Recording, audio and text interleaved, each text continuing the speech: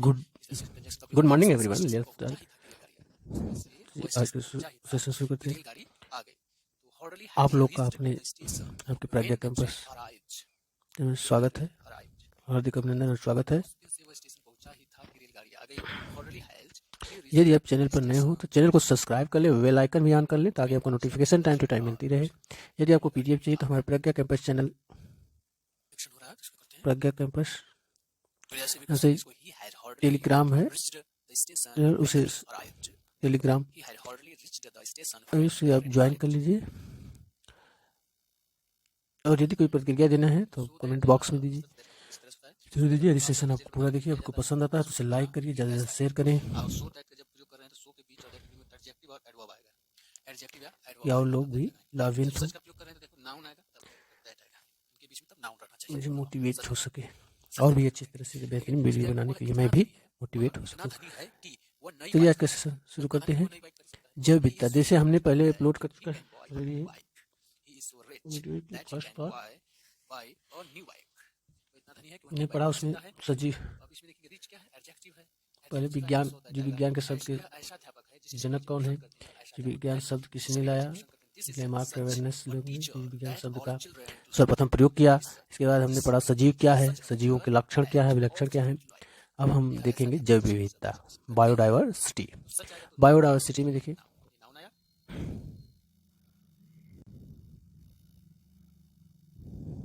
इस विशाल जगत में हमारे चारों ओर असंख्य जीव विद्यमान हैं।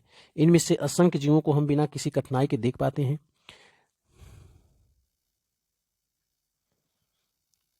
इस विशाल जगत में हमारे चारों तरफ असंख्य जीव विद्यमान हैं। हमारे चारों तरफ या हमारे चारों ओर असंख्य जीव क्या है, विद्यमान है। इनमें से असंख्य जीवों को हम बिना किसी कठिनाई के देख पाते हैं, परंतु अनेक जीवों को देखने के लिए हमें सूक्ष्मदर्शी की अथवा यंत्र यंत्रों की सहायता लेनी पड़ती है।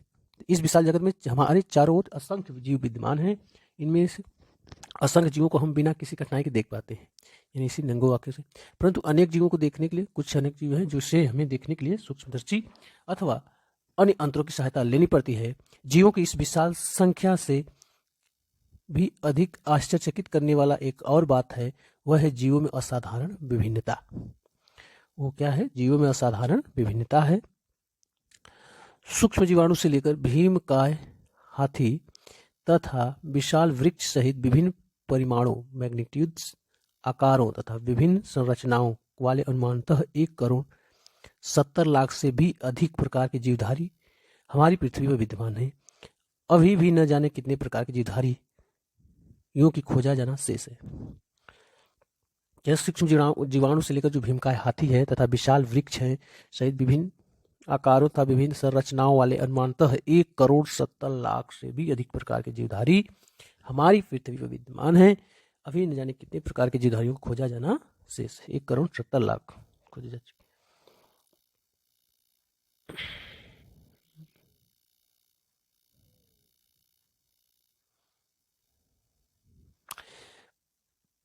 पृथ्वी पर जीवन की जो उत्पत्ति है लगभग 4.6 अरब वर्ष पूर्व है, 4.6 अरब वो हुई। तब से अब तक अनेक प्रकार के जीवधारियों का विकास हुआ, तो अनेक अब तक विलुप्त भी हो चुके हैं, एक्सटिंक्ट, विलुप्त हो चुके हैं।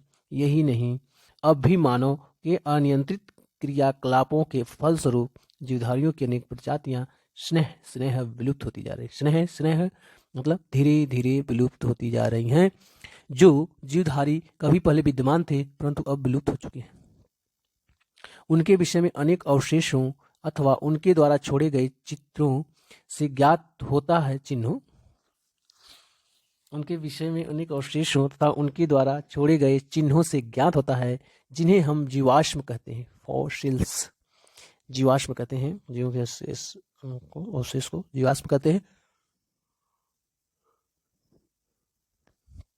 अथवा उनके द्वारा छोड़े गए चिन्हों से ज्ञात होता है कि जीवाश्म कहते हैं। जंतुओं में प्रायः खोल, सेल अथवा अस्थियों जैसी कठोर संरचनाएं पाई जाती हैं, इसलिए अन्य जीवधारियों की अपेक्षा जंतुओं के अधिक जीवाश्म पाए जाते हैं। जंतुओं पर क्या करे, खोल, सील अथवा अस्थियों जैसी कठोर संरचनाएं पाई जाती है, इसलिए अन्य जीवधारियों की अपेक्षा जंतुओं के जीवाश्म अधिक पाए जाते हैं।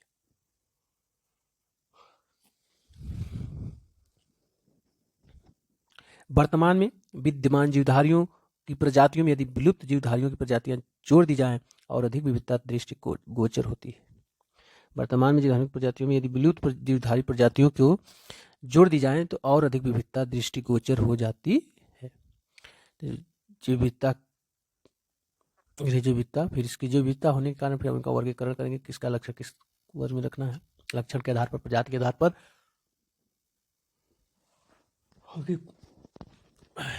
अलग अलग वर्ग में किया गया है। वर्गी एवं वर्गीकरण विज्ञान।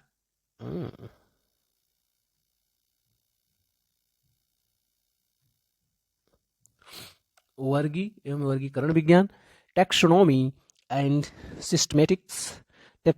टैक्सोनॉमी एंड सिस्टमेटिक्स सभी सजीवों को उनकी समानताओं तथा विषमताओं के आधार पर, सभी जीवों को उनकी समानताओं तथा विषमताओं के आधार पर अलग अलग समूहों में बांटा जाता है। इसे वर्गीकरण कहते हैं, क्लासिफिकेशन। तो वर्गीकरण किसे कहते हैं?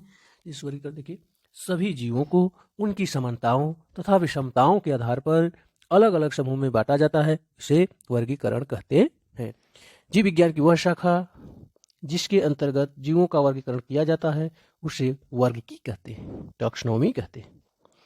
तो टैक्सोनॉमी या वर्गीकी किसे कहते हैं? जीव विज्ञान की वह शाखा जिसके अंतर्गत जीवों का वर्गीकरण किया जाता है उसे वर्गीकी कहते हैं, उसे वर्गीकी कहते हैं। और जिसके अंतर्गत, जिसके द्वारा सभी सजीवों की उनकी समानताओं तथा असमानताओं के आधार पर या विषमताओं के आधार पर अलग अलग समूह में बांटा जाता है, उसे वर्गीकरण कहते हैं। आधुनिक वर्गीकरण के जनक को याद रखिए, कैरोलस लीनियस को कहा जाता है। आधुनिक वर्गीकरण के जनक कैरोलस लीनियस जी हैं, कैरोलस लीनियस हैं।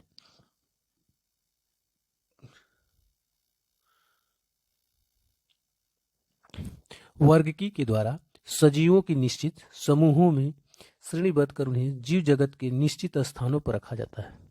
वर्गीकरण के द्वारा क्या होता है? सजीवों को एक निश्चित समूह में श्रेणीबद्ध कर क्रम से उन्हें क्या कहते हैं, जीव जगत में निश्चित स्थान पर रखा जाता है, जिससे जीवों की उपस्थिति, उनका स्थान, लक्षण, समरूपता का निर्धारण आसानी से किया जा सकता है। जिससे जीवों की उपस्थिति, उनका स्थान, लक्षणों में समरूपता का निर्धारण आसानी से किया जा सकता है। वर्गीकरण विज्ञान क्या है? सिस्टमेटिक्स। इस शाखा के अंतर्गत जीवों की जैविक विविधता का अध्ययन किया जाता है। यह वर्ग की से छोटी शाखा है। इसमें सजीवों के विभिन्न नियमानुसार सिद्धांतों के अंतर्गत वर्गीकरण और नामकरण किया जाता है। तो वर्गीकरण विज्ञान क्या है? इस शाखा के अंतर्गत जीवों की जैविक विविधता का अध्ययन किया जाता है कि क्यों जीव अलग अलग है, विविध प्रकार के हैं। यह वर्गीकी की छोटी सी शाखा है। इस सजीवों का विभिन्न नियमानुसार सिद्धांतों के अंतर्गत वर्गीकरण और नामकरण किया जाता है। वर्गीकरण मतलब वर्ग में बांटा जाता है, नामकरण मतलब उनका नाम रखा जाता है। दो नाम होता है, एक होता है वैज्ञानिक नाम, एक होता है उनका स्थानीय नाम। कुछ लोग स्थान पर अलग अलग नामों से जाना जाता है।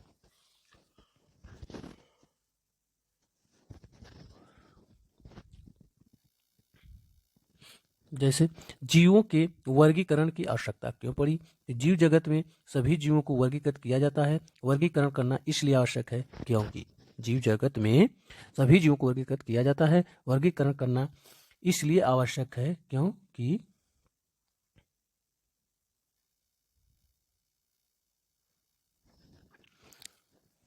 क्यों हो जाता है? क्योंकि सभी जीवों का एक विशिष्ट नाम होने से उनकी पहचान आसानी से हो सकती है।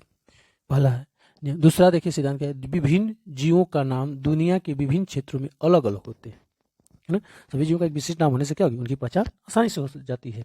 और दूसरा क्या है कि विभिन्न जीवों के नाम क्या है? दुनिया में विभिन्न क्षेत्रों में अलग अलग होते हैं, इसलिए सार्वत्रिकता प्रदान करने के लिए एक विशिष्ट वैज्ञानिक नाम प्रदान किया जाता है। कभी कभी जीवों के नाम संदिग्ध होते हैं, जैसे कुत्ता, मछली, डॉग फिश। कुत्ता मछली है, उसको डॉग फिश कहते हैं। एक रजत मछली है, जिसे सिल्वर फिश कहते हैं। एक तारा मछली है, स्टार फिश आदि। इन नामों में पता नहीं चलता है कि वास्तविक मछली कौन है, अतः जीवों के नाम की संदिग्धता दूर करने के लिए नामकरण करना अनिवार्य है। कुत्ता मछली, डॉग फिश, रजत मछली, सिल्वर फिश, तारा मछली, स्टार फिश आदि नामों पर पता नहीं चलता कि वास्तविक मछली कौन है, तथा जीवों के नाम की संदिग्धता को दूर करने के लिए नामकरण करना अनिवार्य। तो जीवों का नामकरण, तो नामकरण कैसे करेंगे? Nomenclature of organisms, nomenclature of organisms, जीवों का नामकरण। तो वैज्ञानिकों ने प्रत्येक जीव को वैज्ञानिक नाम दिया, साइंटिफिक नेम। वैज्ञानिकों ने प्रत्येक जीव को वैज्ञानिक नाम दिया, देने की प्रक्रिया अपनाई, जिससे वह पूरे विश्व में उसी नाम से जाना जाता है। इसे नामकरण कहते हैं। तो नामकरण किसे कहते हैं? वैज्ञानिकों ने प्रत्येक जीव को वैज्ञानिक नाम देने की प्रक्रिया अपनाई, जिससे वह पूरे विश्व में उसी नाम से जाना जाता है, उसे नामकरण कहते हैं।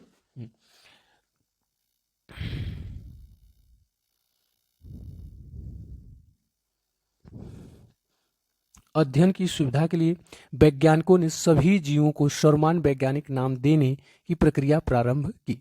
इसके लिए सीबीएन इंटरनेशनल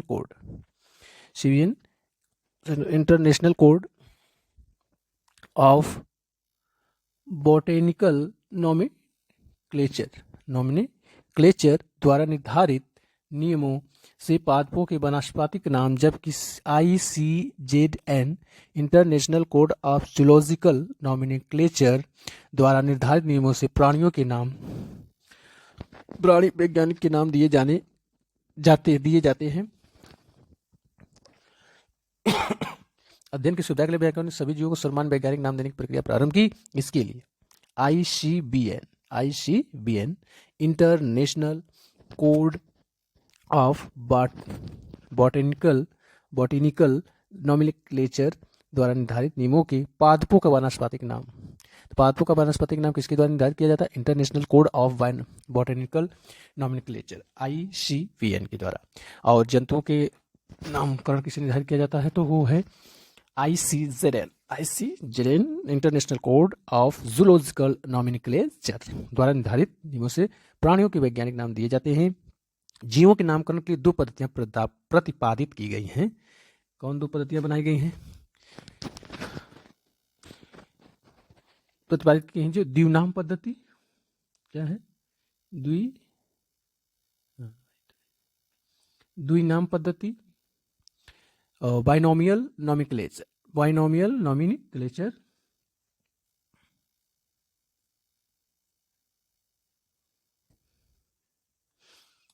द्विनाम पद्धति, बाइनोमियल नॉमेनक्लेचर। इस पद्धति का प्रतिपादन एक त्रिनाम पद्धति है जो ट्राइनोमियल नॉमेनक्लेचर है। तो द्विनाम पद्धति की इस पद्धति का प्रतिपादन किसने किया था? कैरोलस लीनियस ने किया था। कब किया था? 1753 में, 1753 में कैरोलस लीनियस ने द्विनाम पद्धति का प्रतिपादन किया था। और प्रतिपादन किया था। लीनियस स्वीडन के वनस्पतिक वैज्ञानिक थे, है ना, वनस्पतिज्ञ थे, तो वहाँ के जानकारी थे, ज्ञान थे। लीनियस कहाँ के थे? स्वीडन के। द्विनाम पद्धति की खोज कैरोलस लीनियस ने। इनका मूल नाम क्या था? तो कार्ल वॉन लिन था। इनकी मुख्य पुस्तक क्या है? सिस्टेमा नेचुरी तथा स्पीसीज प्लांटेरम और सिस्टेमा नेचुरी, इनमें जीवों के वर्गीकरण तथा नामकरण के उल्लेख किया गया है।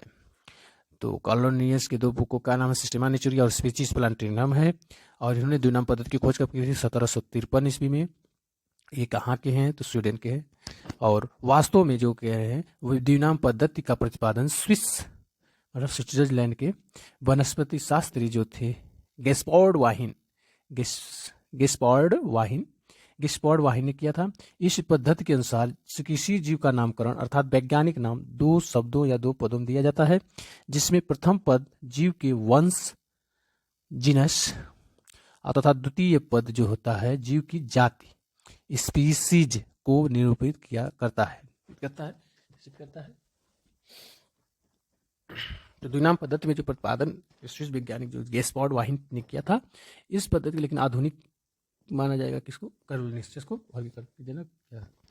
और द्विनाम पद्धति के प्रतिपादन, तो किसी जीव का नामकरण अर्थात वैज्ञानिक नाम 2 शब्दों में दिया जाता है, जिसमें प्रथम पद का क्या अर्थ होता है? जीव के वंश से, अद्वितीय पद से संबंधित है, वो जीव की जाति से है और इससे पहचान में आती है। जैसे निरूपित करते हैं, जैसे मेढक का नाम है राणा, राणा मीन्स ये किस वंश से है, राणा वंश से है। और टिग्रीना, टिग्रीना ये आपको उसकी मेढक की जात को दर्शाता है। मटर का नाम जैसे है पाइशम, वंश का नाम पीशम पाइशम। और सेटिवम, सेटिवम जात का नाम है।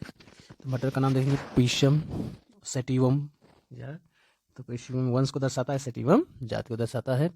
इसी तरह मेढक का नाम है रोना टिग्रीना, टिग्रीना जात।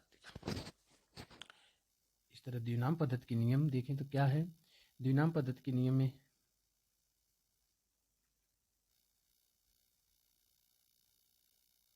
Thank you very much, see you next video. जय हिंद जय भारत। पसंद आया तो ज़्यादा से ज़्यादा शेयर करें।